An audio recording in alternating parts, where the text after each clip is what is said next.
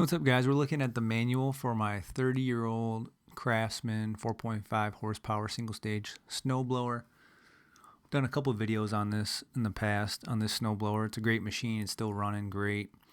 But I recently had to replace the scraper bar on it. The hardware too. It was all seized up and just in bad condition. So I went to the manual and I found the manual online, not on Craftsman's website. I'll get to that in a minute. And this manual is amazing. It has everything you would think about it, from assembling the snowblower to operating it. Has service procedures for all kinds of stuff, anything you need to use. This page on customer responsibilities, which I thought was interesting. There's torque specs for the spark plug here. Carburetor adjustment, something you will not see on a new snowblower or any outdoor power equipment that's meant for the residential customer. And the best thing it has at the end here is all the parts diagrams. It has it for the handle assembly, chute control, discharge chute repair, auger housing, and this has my scraper bar part, which you notice is reference number 7, the nuts are number 8, and the bolt is 14. So if I look on the chart here, look at this. Reference number 8, nut 1/4 by 20. So that tells me the size of the nut. And then I go to 14, screw 1/4 by 20 by 5/8 of an inch screw. So I know exactly what size screw to get. I don't need to buy this part number from whoever. I just need to go find a screw that matches this size, and I know it'll work. And of course, it has the scraper blade as well. And it has the part number for that, which you can look up online and find. So, but let's keep going here. We have belt cover repair parts. I mean, look at all these diagrams for the entire snowblower, frame components, engine and drive repair, and there's more on the engine. Wheel repair, electronic starter repair, keep going. Decals, you can look for these decals if you need them. Because they know the whole idea with this equipment back then, 30 years ago, and that's about when things started to changing, kind of around, maybe not quite 30 years ago, but I would say 20 years ago. In my opinion, just how I've seen things go, is that when they sold you something, they thought you were going to have it for a long, long time. They're giving you part numbers for the decals. Like, come on. They say, we're selling this equipment to people, and we want to give them all the information they have to be responsible owners and maintainers of this equipment, and keep it running for as long as possible. And you know that they meant that, because not only do they have the decal exploded parts, they have the engine, the entire engine here, exploded parts. If you need to rebuild, if you need a new piston head, cylinder rings, crankshaft, all that stuff is on here. Gaskets for the carburetor over here, recoil, exhaust. I mean, it's all here. We go further. You have all the part numbers, measurements on screws, stuff that you might need to buy that you can't find this exact part number. We go further. Carburetor completely exploded, all the parts for the carburetor. Rewind starter, all the parts for that. Starter motor for the electric starter. This is just a different era of equipment ownership, and I don't blame Craftsman. As we look at, this is a newer manual. This manual was produced or published in 2018 for a model, snowblower model, kind of the similar model for what they sell today. It's not a 2-stroke anymore. It's a 4-stroke now, which is another whole conversation. But this model is still for sale today. This was published June 6, 2018. Has a lot of the similar stuff as the old manual from 30 years ago. But as we get to the end here, we're in the Spanish mode already. So there is not one exploded part view in this entire manual. There's not one part number. I think it might tell you. It does have some part numbers here. So it's asked for part 753. So the part numbers are kind of just buried in some of these service, replacing the shave plate, asked for part 731. or call the service center. Everything's kind of moving. Like the information, like some of the information is here. Some of the key wear components that you'd have to replace, you'll find the part numbers, but where are the manuals? Where are the exploded diagrams? Why not have the diagrams in here? It makes no sense. Of course, it makes sense to them. There's a reason they do it this way now. It's kind of what people want. People aren't demanding the parts diagrams in the manual. They're not saying, oh, I'm not going to buy this snowblower because it doesn't have a parts diagram in the manual. It's just kind of, sentiments. The culture around this kind of stuff has changed, and people just aren't really fixing this stuff. And from what I can tell, people are using it. This stuff is made a lot more cheaply. It's not lasting 30 years like my snowblower is. There's just no way.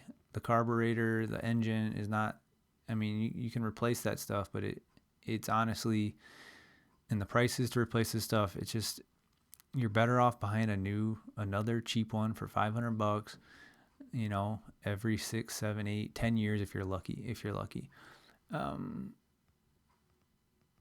But I was wondering, I was like, well, what if I didn't have the manual for my snowblower. It was 30 years old. I was able to find it online from manualslib.com, which is not craftsman.com, which I thought was kind of funny. This is the page for that new snowblower, not my old one. I know I've assumed they didn't have the manual for my old one, but here is the new snowblower that's available at Lowe's, at Ace. Specs and parts. It has some specs. There's nothing on this page. Need some help. Service, support. Nowhere you can download the manual for this thing.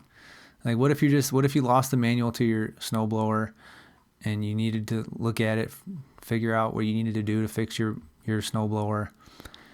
You can click on parts and services here, and you can find parts. I looked up the thing. There's nothing there.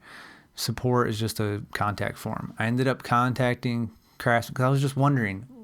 I was like, why don't they have the manuals on their website? Wouldn't that make sense?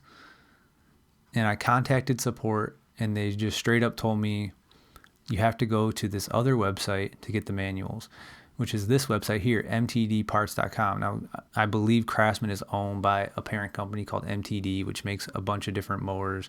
I think they own Troy-Bilt. They make a bunch of different stuff, and they're kind of known as now like the lower quality residential power equipment company. And Craftsman's kind of one of their more premium brands under that umbrella. So I was like, all right, they sent me to this website. They said, go here. And they didn't send me directly to this page. They just sent me to the general page. I had to look up the part or the model number. I was like, all right, I'll click on manuals. This is what it has here. Like, what? How are you supposed to read this? This is the fast start manual, I assume. This one says MANL. I'm guessing this is the manual, but so I actually clicked on this one. What is it? It's the manual for the engine in this snowblower. Okay, cool. I was like, oh, they do have that. Oh, so if you did want to fix something on the engine, you have the manual here. Well, let's go through this. There's not one parts diagram in this whole thing. It's just all about operating it. Has a few maintenance stuff. Spark plug service. A few notes on the spark plug. But not one parts diagram. There it goes into Spanish. These are the only parts. This is the difference 30 years has made. They give you the spark plug, the air cleaner for a snowblower. It's like, good Lord. The fuel cap and the key. 4 parts you can fix on this engine. This is a disposable engine. This is not designed to be fixed. This is not designed to be repaired. Things have changed. And like I said, I don't blame these manufacturers. It's just the way people have changed. And if you find yourself as somebody that still thinks in the old way, where I'd like to buy something and keep it as long as I can and fix it, you're just kind of, I guess we're just kind of a dying breed, I suppose. Or maybe not a dying breed, but we're definitely in the minority. So I just think it's fun. And that's why I love owning old stuff. And the manual's going to have everything you need in it. It's built to a certain quality that can be maintained and kept for a long time if you know what you're doing, you know how to turn a wrench. The only problem is just finding parts for some of this stuff. I'm still finding parts for this old snowblower, which is great. But I guess at some point you're just not going to be able to. So anyways, quick video. I don't know what's the point of this video really. It's just something that's always bothered me. And I just wish there was an outdoor power equipment and a car company for that matter too. Lawn equipment, cars, whatever, trucks. I wish there were some companies out there that just decided to take a different approach and said, hey, we're going to build a lawnmower, a snowblower, a leaf blower, a weed whacker, whatever, a full-size car. We're going to build it with the savvy, handy consumer in mind. And we're going to make it basic, simple, easy to fix, easy to find the information about everything you need to maintain it and repair it. And, we're going to make a whole series of videos. We're going to put them on YouTube, and the whole series of videos are on our website. And the whole series of videos is going to show you how to do every single service procedure on the equipment, how to do all the maintenance, repairs. I mean, it's like the internet exists, and it's so easy to publish this information. And I just feel like if some company did it that way, they'd have a really great product. Of course, there's so many factors of why they don't, and it's just popular, the demand of, most consumers, regulations that just make it so expensive to build this equipment. Even the lawnmowers and stuff. I mean, you see all these lawnmower companies going towards electric, and that has a lot to do with the regulations that their company is going to be imposed based on the emissions of their products. And the more electric stuff they produce, the less regulations they face, which is why they're going to that stuff. So there's just a lot of factors. I don't blame the companies. I just wish there was a company out there that made stuff that was really designed to be fixed, maintained, and owned for life. So, all right, I'm done. Thanks for watching.